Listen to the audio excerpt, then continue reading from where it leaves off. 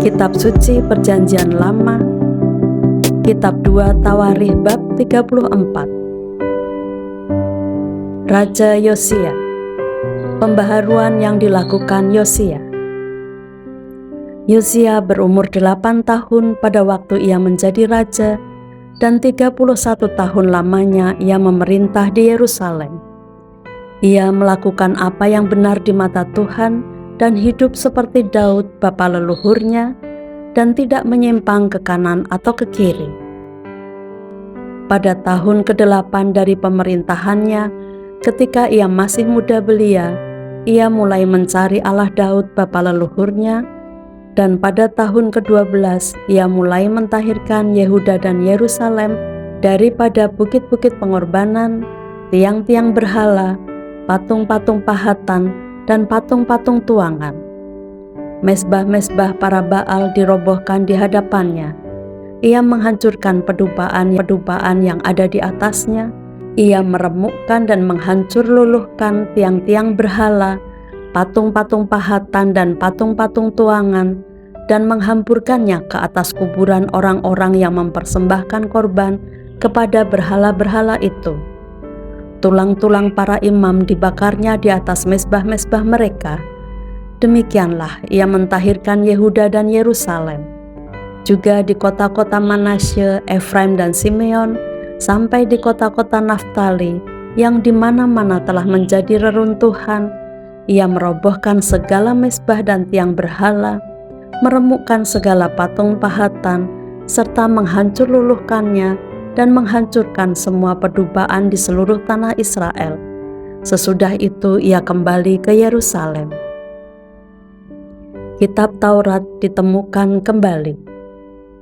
Pada tahun ke-18 dari pemerintahannya, setelah selesai mentahirkan negeri dan rumah Tuhan, ia menyuruh Safan bin Azalia dan Maaseya penguasa kota, serta Yoah bin Yoahas bendahara negara untuk memperbaiki rumah Tuhan Allahnya.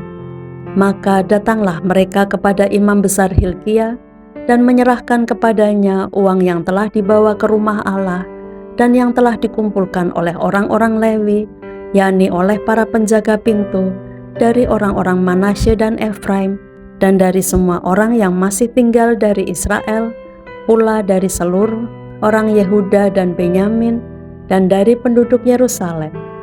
Uang itu diberikan mereka ke tangan para pekerja yang diangkat untuk mengawasi rumah Tuhan.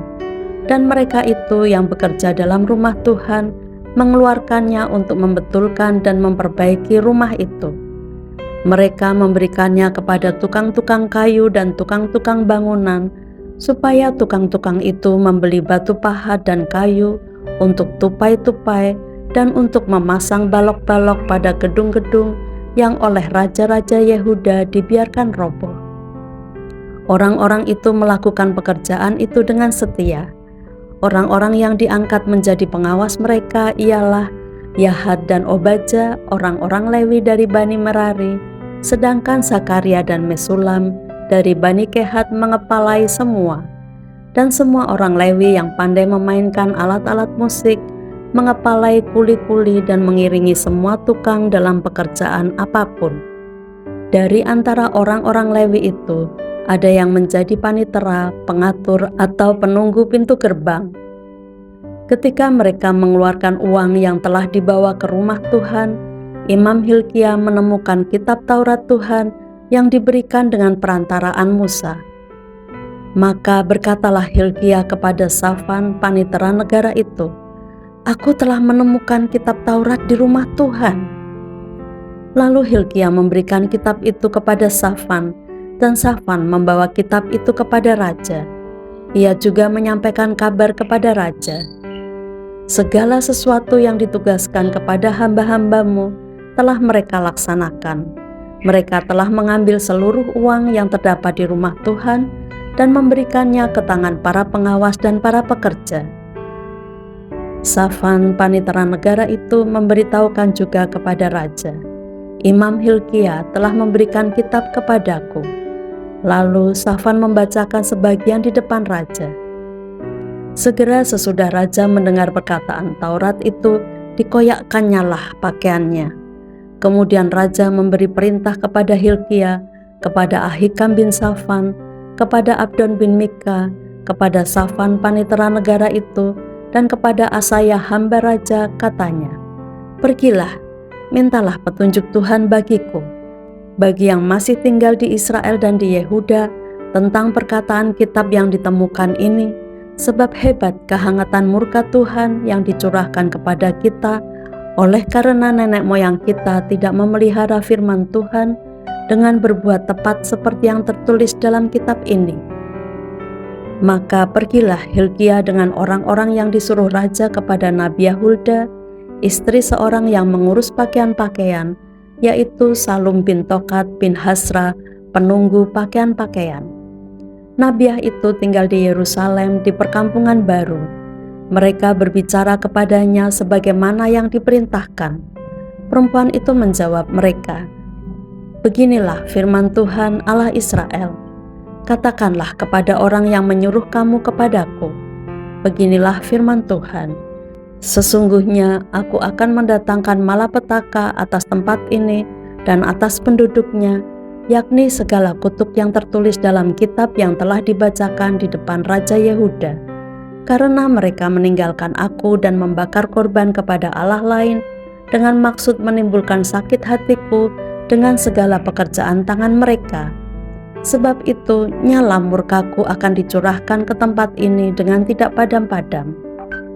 Tetapi kepada Raja Yehuda yang telah menyuruh kamu untuk meminta petunjuk Tuhan, harus kamu katakan demikian, beginilah firman Tuhan Allah Israel, mengenai perkataan yang telah kau dengar itu, oleh karena engkau sudah menyesal dan engkau merendahkan diri di hadapan Allah, pada waktu engkau mendengar firman-Nya terhadap tempat ini dan terhadap penduduknya, oleh karena engkau merendahkan diri di hadapanku, mengoyakkan pakaianmu dan menangis di hadapanku, aku pun telah mendengarnya, demikianlah firman Tuhan.